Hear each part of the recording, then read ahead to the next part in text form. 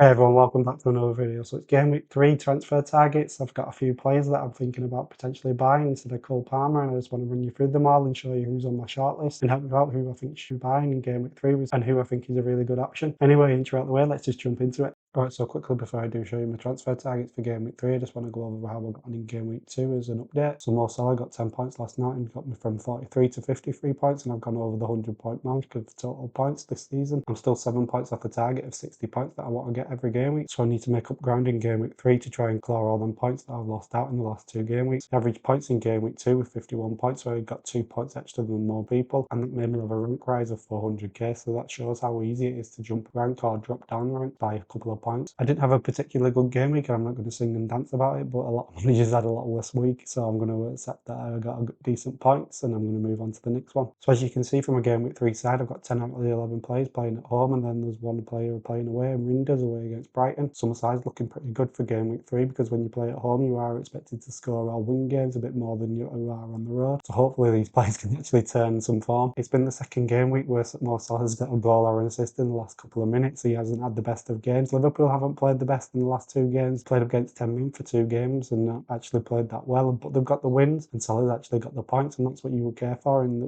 FPL. You just want the players to get the points. That is the most important. At least you got the points, and that is what you get with Mo Salah. And as you can see on my bench, I've actually put Anderson as sub number 1 instead of Guri now, because I think Guri will play in the Carabao Cup, and even if he scores or assists, I think he'll be on the bench for the next game against Brentford in the Premier League, so I don't think he'll start, so I think he'll only get 1 point. Potentially he could come on and get a goal or an assist, but I don't really want to bank on it, and I think he'll only get like 10 minutes, so I'd rather have Anderson. In the past I would have always favoured the attacker just because they could have get a goal or an assist, and I don't really think the defender's going to keep clean sheets, so I didn't really want to pick them. But now with the DEFCON points, and actually Anderson getting DEFCON points against Manchester United last game, maybe he does it against Chelsea, and there's an extra 2 points, so he could potentially get 3 or 4 points instead of just getting 2 or 1 if he concedes a few goals. So the defenders will go ahead of attackers on the bench just because of this in the future. So we're having 2 free transfers and 0 million in the bank. The only transfer that I'm potentially going to do is Cole Palmer, and it depends on his fitness. If he isn't fit for game week 3, then I'll probably sell him because the international break is 2 weeks long, and I don't want to keep him because he'll probably drop in price 0.1, 0.2 million before game week 4, and we probably won't get an update until the day before the deadline where we've got the press conferences. So it's a long potential time of 2 weeks where a lot of managers will be sitting around and probably potentially selling him, so I don't really want to hold on to him if he doesn't play in game week 3. And Chelsea are the early fixture in game week 3, so hopefully we get some early team news and we know that if Cole Palmer's starting or not, and we can make a transfer out of that. So quickly let's go over my exit rankings, and Watkins, Rodgers and Fernandes have got 1 game week to show that they can do something else. They could potentially all be sold in game week 4. And then we've got Cole Palmer. If he isn't fit, he gets a sell. If he is fit, he goes onto the monitor. And then the 2 defenders that are on monitor but could actually go into at risk by next game week is Williams and Agbadou. Williams has got Arsenal and Agbadou's got Newcastle next game week, and I don't really want to start either of them. And Steve's got Liverpool at home, so all 3 of them I don't really want to start in game week 4. If they don't keep a clean sheet or don't get DEFCON points in this game week, I could potentially sell one of them, so I can pick 3 defenders that I'm actually happy with for game week 4. As you can see from my fixtures ticker from now till game week 12, where I'm potentially going to use my wildcard to go around 12-13. These are the best fixtures to worst, and I think Wolves and Nottingham Forest have got the best fixtures, so it does feel a bit silly not selling both of them, so probably only one of them that I'll sell. But for game week 4, as you can see, Newcastle, Arsenal and Liverpool and 3 fixtures, really hard, so I haven't really got 3 defenders that I want to really pick for game week 4. So now let's look at my shortlist, and Vicario has jumped into my shortlist, and he's actually gone to the number 1 spot as a goalkeeper that I'd actually buy if I was looking for a goalkeeper. So if you're looking for a goalkeeper, I think Vicario is the number 1 that you go and get. Yes, he just played Man City and he kept a clean sheet, so we don't have to just jump on the bandwagon and think they're going to keep clean sheets all the time. But a lot of managers do have Dubravka on the bench, and I think he's the best player to have to rotate with him up until game week 12. And as you can see from this graphic from FPL Rotation Planner, there's a lot of good fixtures where you can rotate them. In game week 8, when Tottenham have got Aston Villa, Burnley have got Leeds, and then again in game week 11 where Tottenham have got Manchester United but Burnley have got West Ham, you could potentially switch the goalkeepers around and have a better fixture. There's also game week 9 and 12 where you could potentially swap them up. So next let's go into the defender section, and we've got Van der Ven as the choice that I'd actually buy if I was looking for a defender. I'm currently not looking for a defender this game week, but if I was looking for one this game week with Van der Ven, that would actually be buying. And then we've got 2 new defenders in Tosin and Senesi that have joined my list. Tosin didn't play in game week 1 due to an injury, but in game week 2 he looked really threatening. He's been really good with his progressive passing, so I do think he'll actually get some good points from that, from bonus points, and he's a real threat from set pieces, so we could potentially get a goal or an assist from the set pieces. Chelsea looked really good against West Ham for set pieces, and if Tosin's playing, he could be the guy that scored. Chalobah scored from a set piece, so he could be the guy that scores in the next one. And then we've got Senesi that's joined my shortlist. He's got DEFCON points in the first 2 game weeks, and they're getting linked to Axel Disasi, so Bournemouth's defence defence could be actually even better to get clean sheets. So Sinisi could be a really good option. I won't actually be buying him just yet. It'd be either Van der Ven or Tosin that I'd actually be buying. And then lastly in the defender section we've got Munoz and Richards. When Crystal Palace's fixtures turn better, I do think one of them defenders will probably be coming into my side, but I'm just going to wait until the fixtures turn better before I do actually purchase. And then into the midfielder section, this is the section where I think I'm going to have to take a lot of focus on this game week, because if Palmer isn't fit I do have to make a transfer, and one of these 5 players could come into my side. First of all, let's talk about Astavo. Palmer didn't play and Astavo came into the side. He got an assist. In the last 18 months I've been tracking Astavo and he's got 31 goals and around 18 assists in that time. So he's somebody that does look to try and get goals and assists, so he's somebody that could potentially be really good in FPL. And then we've got Sar that's been added to the shortlist, but he's also the same as Munoz and Richards. The fixtures aren't the greatest, so I don't really think I'm going to buy him just yet, but he's somebody that I'm keeping an eye on. He scored in game week 2 with Eze leaving. I think he'll be even more of a key player for Crystal Palace and actually get a lot more goals and assists and potentially start getting a few set pieces moving forward. So the other new midfielder in my shortlist is Kudus. I was impressed with Tottenham away against Manchester City in game week 2, and I think with the fixtures they've got, he could be a really good signing. So Chelsea had 3 days off after the win against West Ham on Friday night, and they were back in training to warm up this afternoon, and Cole Palmer wasn't part of that. So there is a little bit of worry that he won't be fit for game week 3, so I do need to start thinking about who I'm actually going to buy. And right now, if I do actually sell Cole Palmer, it is out of one of these 5 midfielders. Semenyo got an assist in game week 2 and Gakpo got himself 2 assists last night, so the both of them are in really good form for the last 2 games. So it is a decision of, do I go with form in Semenyo and Gakpo, or do I go with fixtures in Kudus, or do I replace Cole Palmer with the player that actually came in for him against West Ham in Astavo? So with that in mind, I just want to go with the fixture ticker again. So as you can see with Tottenham's fixture, they've got Bournemouth, West Ham, Brighton, Wolves and Leeds in the next 5 fixtures, and even Aston Villa and West Ham don't look like the worst of games. So I do think Tottenham's fixtures are pretty good, and Thomas Frank has settled in really well and has started to play really good. And then we've got Semenyo, who's got Tottenham, Brighton, Newcastle, Leeds, Fulham, Crystal Palace and Nottingham Forest in the next 7. That isn't as good as Tottenham's fixtures, so I do think Kudus edges it. But on form wise, Semenyo is doing better. And then we've got the Chelsea fixtures where they've got Fulham, Brentford, Man United and Brighton in the next 4, so I think they're easy fixtures before they play Liverpool, which is a hard game. But if I do switch Palmer, I could potentially go to Astavo instead. So I do think he won't play all the time and play full 90 minutes. I do think he'll start a few games and I do think he'll come off the bench quite a lot, but I don't know if he's going to start and be a regular 90-minute man, and that's what I really want in my fantasy team. So I'm a little bit uneasy to buy him just yet. I do want to see what he does in the next few game weeks before I think I buy him, even though I do really like him as a player. I think he's a really good player and I think he will be a really good FPL asset before the end of the season. And then we've got the Liverpool and Crystal Palace fixtures. So Liverpool have got Arsenal next game week, so it isn't the best fixtures to go out and buy Gakpo. I think game week 4 is where you buy both of them, Burnley and Everton for Liverpool and Sunderland and West Ham for Crystal Palace. I think them 2 are the fixtures where you go for. But after then, the fixtures aren't the greatest for both of them, so I'm not too sure I want to buy either of them just yet. Gakpo has impressed with the first 2 game weeks and he has been starting, but if Isaac signs before game week 4, who knows, Ekitike could go over to the left hand side and they could play Isaac up front, so Gakpo's minutes could be halved. So for that reason I am a bit uncertain about buying Gakpo. I think Gakpo will be somebody that I'll buy in game week 4 if Isaac doesn't sign, and I think he's going to play all the time. So lastly, let's look at the shortlist for the forwards, and Chris Wood would be the player that I would be recommending if he was going out and buying someone in game week 3 for a forward. That is if you haven't got João Pedro. I think he's the number 1 pick, but I've actually got him on my side, so he's not on my shortlist. But if I was trying to buy a striker, I would actually buy João Pedro this game week, because I think with Cole Palmer's fitness as well, I think he's even more assured of playing either the 10, the left winger or the striker position. By game week 4 that could potentially change, because we could potentially have Garnacho and Simmons in the side, so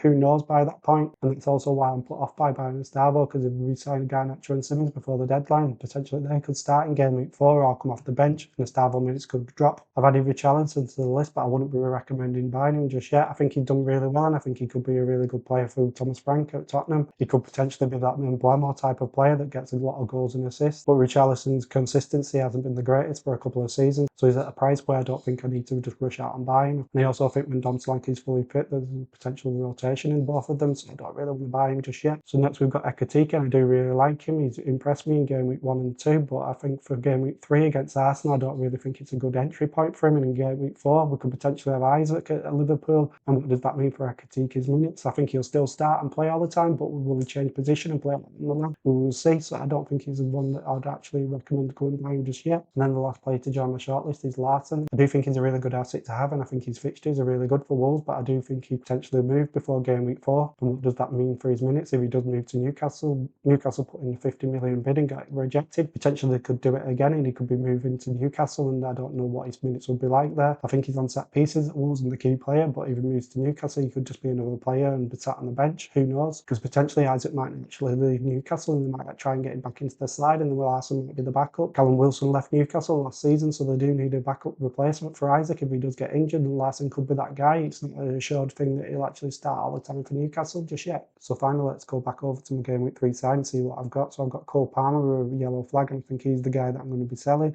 And I think if I do sell him with Kudus, I'm 100% sure that Kudus is going to get a lot of goals and assists in the next few games. Probably not, but his fixtures are really good. So I do think he's a player that could have a really good upside. And if he doesn't do well in the next 3 or 4 game weeks, I could potentially sell him then. I ideally want to hold off on transfers until we get something really concrete that Cole Palmer is actually out for Game Week 3. And I will hold off until Friday night or Saturday morning to make that transfer. Even if it means I lose 0.1, 0.2 million on him, I'd rather lose the money and buy somebody that I actually want and make a decision that's really good. Because there is a lot of midweek fixtures happening this game week. We've got a few Carabao Cup and European matches, so a few of my players are playing and potentially they could get injured because I don't really want to use that transfer right now on Cole Palmer and then potentially still need to use another transfer on somebody else and not have the budget that I want to have to buy somebody else. So yeah, I'm going to keep hold of Cole Palmer until then. And lastly, I just want to flag that the England squad is announced on Friday, so I do think Thomas Tuchel will ask Chelsea what the update is on Cole Palmer before he announces his squad. And also, if the England squad's announced on Friday night, Chelsea could actually pull him out of the squad before Saturday's deadline. And there we have it for Game Week 3 transfer targets. Let me know in the comment section if I'm missing anybody out in my shortlist. And please do get in the comment section if you've got any dilemmas ahead of Game Week 3. If that's a transfer dilemma, a benching dilemma, or a captain dilemma, get in the comment section. I'll try and answer them all in my next video and try and help you out. Alright, that's it for this video. I'll see you in a few days for a deadline decision video. See you on the next one. Goodbye.